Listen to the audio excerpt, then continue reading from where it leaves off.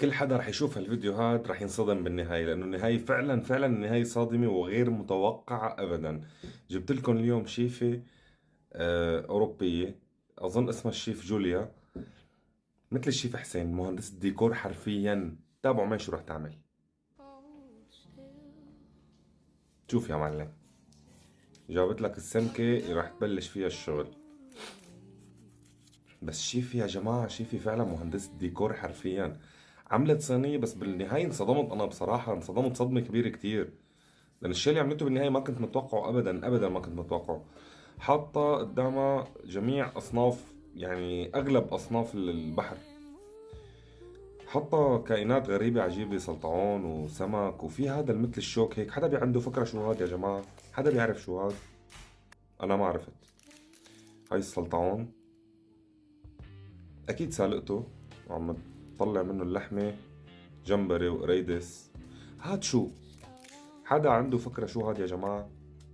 أنا ما عندي فكرة أبدا شو هاد. وتابع يا معلم، شوف شو راح، خلينا نشوف شو راح تعمل بالأخير. حتى هي بصراحة ما عرفت شو هي حب محار. ما عرفت. أنا هي أكلات البحر بصراحة ما عندي فكرة عنها أبدا. خلونا نتابع على العموم شو راح تعمل. جابت صينية فيها تلج. تابعوا انصدموا معي. بلشت تشكل اللوحة الفنية اللي عم تعملها. شوف يا معلم، شوف. شوف يا معلم. جابت الخضرة والخيار وبشرت يا معلم، وبلشت تشكل اللوحة الفنية اللي عم تزينها.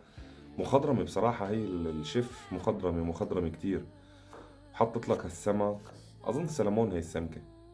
وشوف يا معلم، الله على قلبي. صفار بيض. الله، كافيار يا معلم، كافيار. كافيار الله. معلم، هاي الصينية اللي بين ايديها مكلفة فوق ال 3000 4000 دولار. أنا هيك بقول يعني، لأن كل الأصناف حاططها غالي جدا جدا جدا. يا سلام على قلبي. ني. عم تاكل ني يا أمة الله. عم تاكل ني. من شو؟ ما بصدق أنا يعني.